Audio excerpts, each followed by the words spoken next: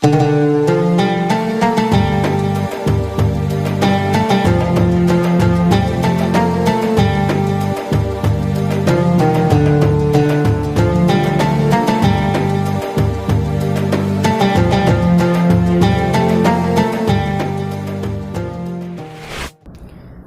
pemirsa, pecinta dan pendengar channel Ngaji Ekonomi Syariah dimanapun berada yang sangat saya muliakan, kita lanjutkan ya tentang konsep kurban ya.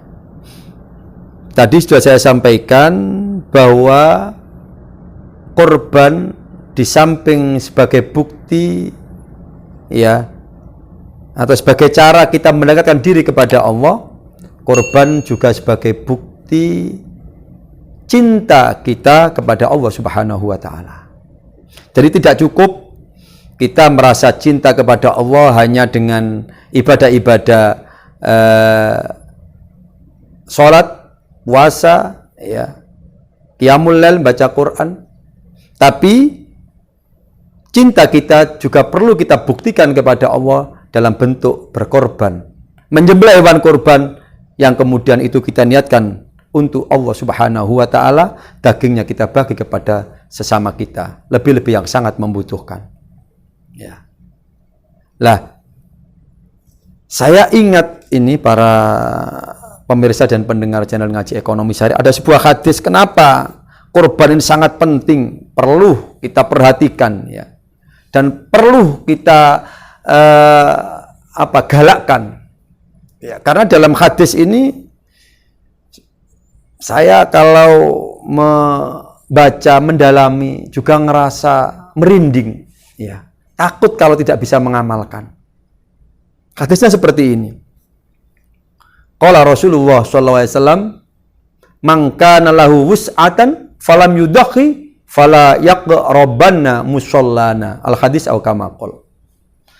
Hadis itu memberikan penjelasan kepada kita bahwa barang siapa yang diberikan oleh Allah kecukupan rezeki, dalam hadis itu bahasanya wus'ah, kelonggaran, wus'ah, kesempatan. Jadi kita memang secara finansial mampu. Tapi kok tidak mau berkorban? Maka nalawus atan falam yudakhi, tidak mau berkorban, tidak mau menyembelih korban di tanggal 10 sampai hari Tasyrik ya.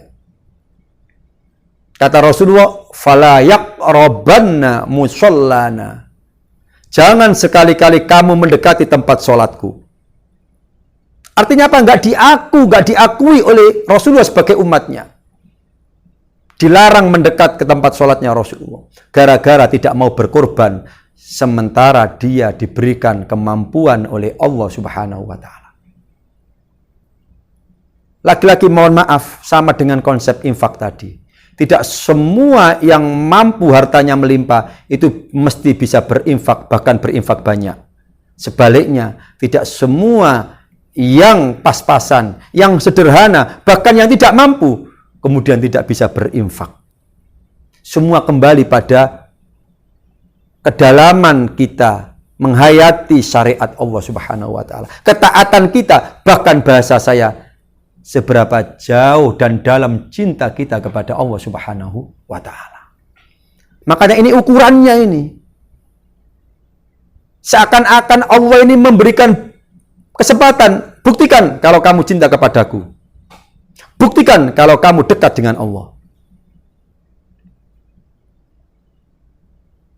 Maka luar biasa hadis ini. Sampai-sampai Rasulullah mengancam seperti itu.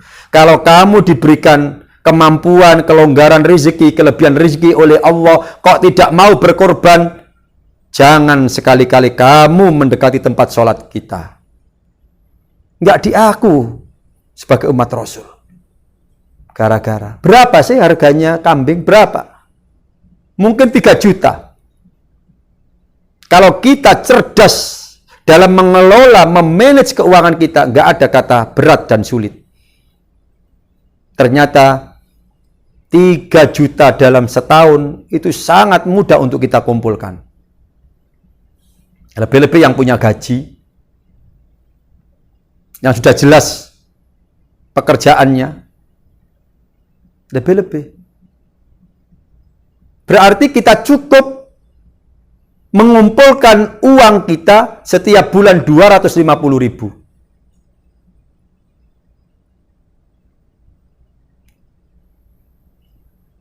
Jadi satu bulan 250.000.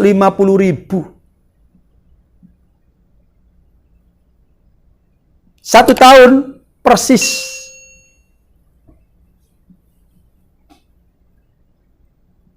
3 juta.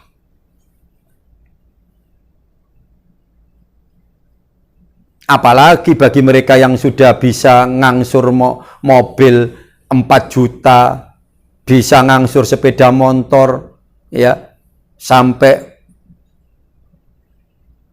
750.000 bahkan 1 juta per bulan. Ayo kita buktikan cinta kita kepada Allah Subhanahu wa taala. Sisihkan rezeki kita. Berarti paling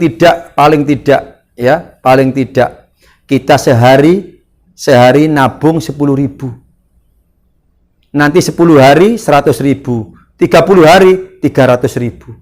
1 tahun sudah 3.600.000.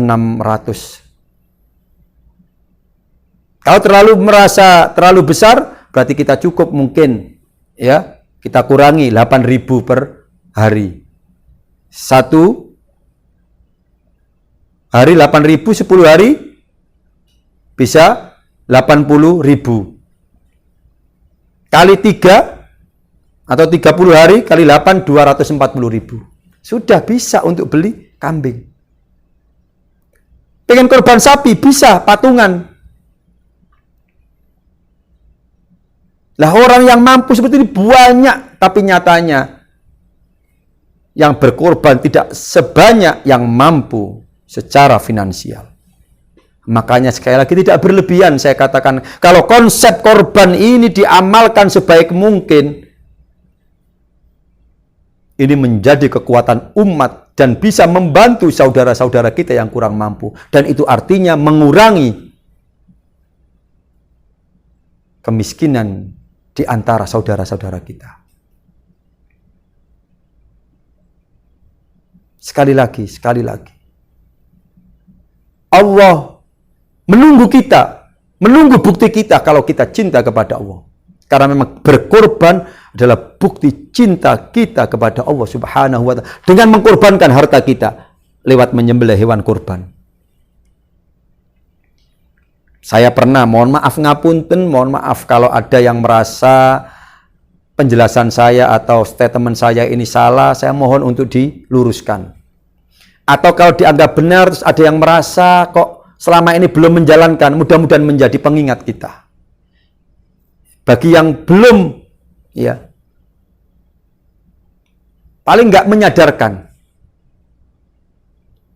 rumah sudah punya, mobil sudah punya, kok korban nggak tiap tahun? Seharusnya tiap tahun korban.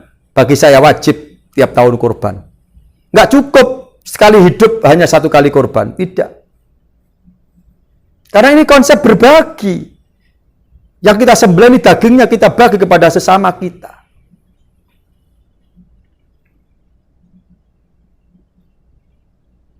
Sekali lagi, ini kalau tidak kita sampaikan, kita viralkan lewat media seperti begini, kadangkala kita nggak merasa punya tanggung jawab dan kewajiban untuk selalu berkorban tiap tahun bagi yang punya kemampuan finansial. Coba bayangkan betapa kerasnya hadis Rasulullah tadi bagi orang yang punya kelebihan, punya kemampuan, punya kesempatan, tapi tidak mau berkorban, tidak boleh mendekati tempat sholat Rasulullah. Tempat sholat kita berarti tidak dianggap sebagai umat Rasulullah SAW. Ternyata kalau kita hitung hanya 3 juta. Kalau menurut saya secara pribadi, selama kita mampu, wajib kita berkorban setiap tahun. Paling tidak mewakili keluarga kita. Kita sebagai kepala keluarga, ya, mampu untuk anak sudah cukup, untuk istri juga kita biaya, kita nafkah, kok sudah cukup. Pastikan setiap tahun bisa berkorban. Ya kita gilir, mungkin tahun ini untuk kita, tahun besok untuk istri, tahun berikutnya untuk anak. Kalau anaknya 3 berarti tahun keempat untuk anak yang kedua, tahun yang kelima untuk anak yang ketiga. Selanjutnya untuk orang tua kita, untuk mertua kita, untuk kakek nenek kita, bahkan untuk orang-orang terkasih kita yang berjasa dalam hidup kita. Kasih beliau-beliau yang sudah meninggal itu untuk korban, untuk guru-guru kita, kiai-kiai kita. Kalau kita mampu lebih, ya lebihkan. Kalau cukup 1, paling tidak setahun sekali, selalu kita berkorban. Apa boleh berkorban untuk orang yang sudah meninggal? Boleh. Kenapa nggak boleh? Kita niatkan korban kita untuk orang tua kita yang sudah meninggal dunia, untuk mertua kita yang sudah meninggal dunia, untuk guru-guru kita yang sudah meninggal dunia, untuk kiai-kiai kita yang sudah meninggal dunia.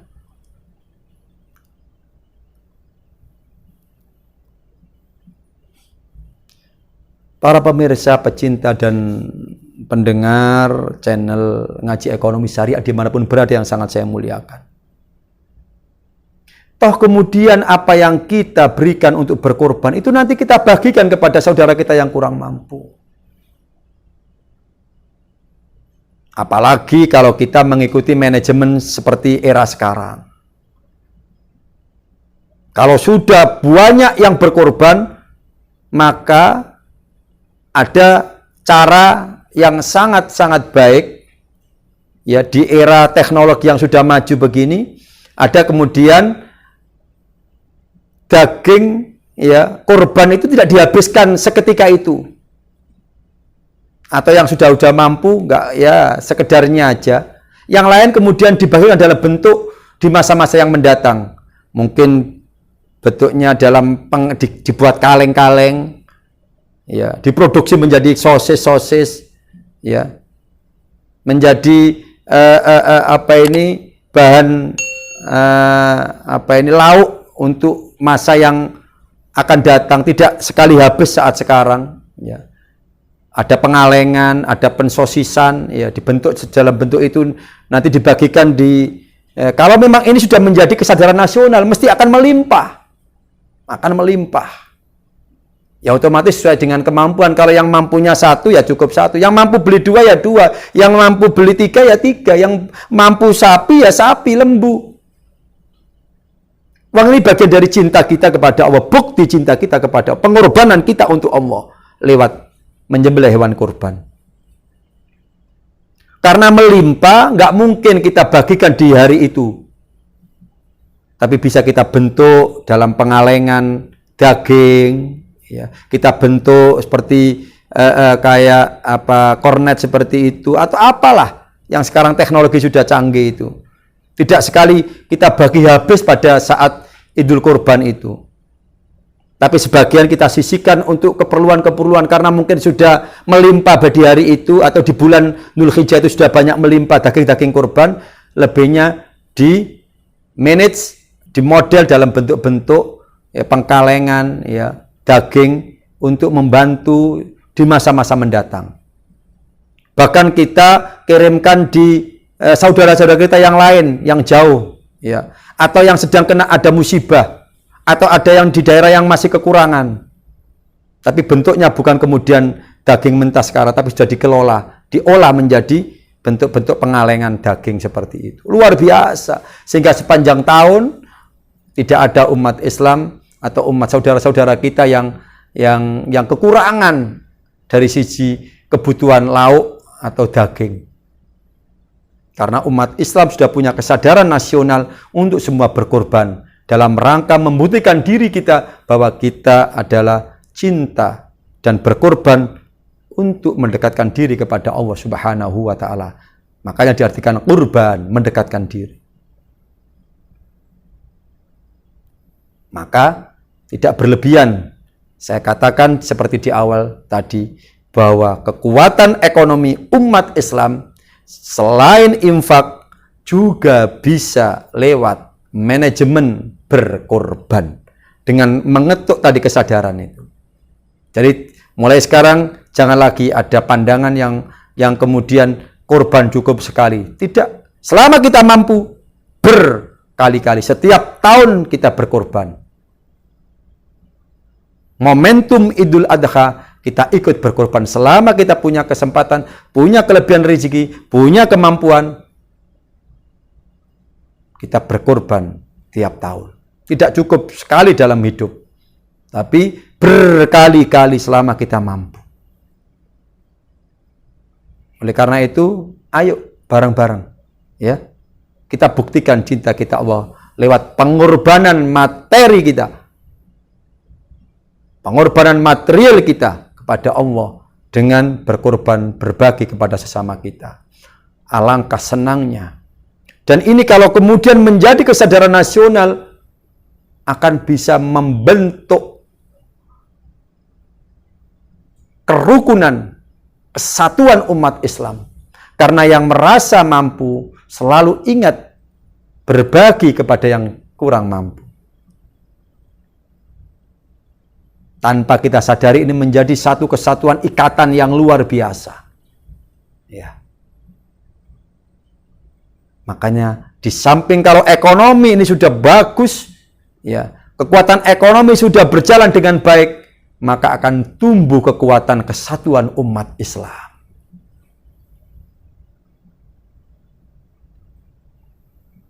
Maka saya harapkan dengan dua konsep ini sudah tidak ada lagi umat Islam yang bakhil, yang merasa menikmati rezeki yang ada dalam dirinya, yang lebih kemudian untuk dirinya sendiri, tapi tidak berbagi dengan sesamanya. Mulai sekarang, ayo kita praktekkan konsep ini, konsep infak dan konsep berkorban ini. Bahkan supaya bertambah dalam, ada hadis Rasulullah yang lain yang memberikan semangat spirit bagi orang yang mau berkorban itu. Dijelaskan dalam sebuah hadis itu, man kharaja min baitihi li sira'il udhiyah. Barang siapa yang keluar dari rumahnya menuju ke pasar atau menuju ke tempat untuk membeli hewan korban. Ya. Kemudian dia menyembelihnya, maka setiap langkah dia menuju ke tempat pembelian hewan korban itu dinilai oleh Allah 10 kebaikan dan penghapus 10 kejelekan. Dan kalau betul-betul membeli dan betul-betul menyembelih di hari korban tanggal 10, 11, 12, 13, maka setiap kali tetes darah yang keluar dari hewan korban yang disembelih tersebut, Allah akan mengganti kebaikan dan meninggikan derajat orang yang berkorban tersebut. Luar biasa. Jadi ini bukan ibadah yang sia-sia. Sangat diapresiasi dan sangat mulia keutamaan bagi orang-orang yang mau berkorban. Ya. Oleh karena itu, ayo mari bersama-sama kita sisihkan rezeki kita, ya, untuk membeli hewan korban kita, korban besok, ya. Insya Allah jatuh pada tanggal 20 Juli. Masih ada waktu kurang lebih ya 28 hari dari sekarang. Kita menyiapkan diri untuk supaya kita termasuk orang-orang yang bisa berkorban pada tahun ini. Alhamdulillah secara pribadi, mohon maaf, ini niatnya hanya mengasih spirit aja. Ya, alhamdulillah saya secara pribadi memanage ya keuangan itu dengan nabung khusus untuk berkorban. Makanya tidak merasa berat dan tidak merasa eman ketika Idul Adha tiba, ketika bulan Dzul Hijjah tiba, kami bersama keluarga sudah punya persiapan untuk membeli hewan kurban. Kenapa? Salah satu semangat, spirit, karena kami takut dengan hadis yang tadi itu. Barang siapa yang diberikan kesempatan oleh Allah, diberikan kelebihan rezeki oleh Allah, kemampuan wus'ah, falam yudhaki, tapi tidak mau berkorban, tidak boleh dilarang oleh Rasulullah, tidak boleh dilarang oleh Rasulullah untuk mendekat ke tempat sholatnya. Luar biasa. Ya, ancaman-ancaman bagi orang yang tidak mau berkorban, sementara dia termasuk orang-orang yang mampu. Kiranya mudah-mudahan ya ini bisa memberikan pengingat kepada kita dan sekaligus nanti memberikan spirit motivasi kepada kita supaya kita bisa mengamalkan untuk ikut berkorban ya di hari raya Idul Adha yang sebentar lagi akan kita rayakan bersama-sama ya. Sementara itu untuk tema kekuatan ekonomi umat, yang pertama tadi adalah infak, kemudian yang kedua adalah berkorban ya. Sebelum saya akhiri untuk tema ini, saya ingin melanjutkan supaya tidak kekurangan ya penjelasan dari ayat di surat Al-Munafikun tadi. Saya tadi sudah membaca ayat yang ke-9 dan ke-10, kemudian yang ayat yang ke-11 karena memang surat Al-Munafikun itu ayatnya hanya 11 ya. Hanya 11 ayat. Ayat yang terakhir, wala yu'akhirallahu nafsan idza jaa ajaluha wa huwa khabirum bima ta'malun. Ayat ini menjelaskan Allah tidak akan mengakhirkan nafsan, setiap jiwa yang memang sudah tiba waktunya untuk mati, untuk meninggal, sudah waktu ajalnya, itu tidak akan diakhirkan, ditunda oleh Allah. Nah, ini yang harus menjadi perhatian kita. Jadi kalau ayat yang ke-10 tadi itu disampaikan ya bahwa setiap orang yang sedang sakaratul maut itu selalu minta kepada Allah untuk diberi kesempatan ditunda sebentar saja supaya bisa berinfak. Ayat yang ke-11 dijelaskan Allah tidak akan ngasih kesempatan, tidak akan mengakhirkan ajalnya siapapun kalau sudah tiba waktunya. Wallahu khabirum bima ta'malun. Allah zat yang maha ya mengawasi, waspada terhadap apa yang kita perbuat. Oleh karena itu, ayat ini pas untuk mengakhiri tema kali ini. Mumpung jenengan ya belum menyesal nanti tiba, merasa rugi nanti di kemudian hari. Sekarang yang masih sehat, yang masih punya kesempatan dan bahkan diberikan rezeki lebih oleh Allah, mulai sekarang jangan bakhil, jangan eman. Ayo kita infakkan, kita berbagi dengan sesama kita. Karena sejatinya harta kita adalah harta yang kita infakkan. Harta yang akan menolong kita, bukan harta yang kita pakai bangun rumah. Bukan kita pakai untuk membeli villa. Bukan untuk yang membeli tanah di mana-mana. Bukan untuk membeli mobil yang bermewah-mewah. Tapi harta yang akan menolong, yang menjadi sahabat, teman akrab kita, dan menolong nanti di hadapan Allah adalah harta kita yang kita infakkan di jalan Allah Subhanahu wa ta'ala. Termasuk juga harta yang kita belikan korban untuk kita sembelih di Idul Adha nanti. Mumpung kita masih punya kesehatan, punya usia, ayo.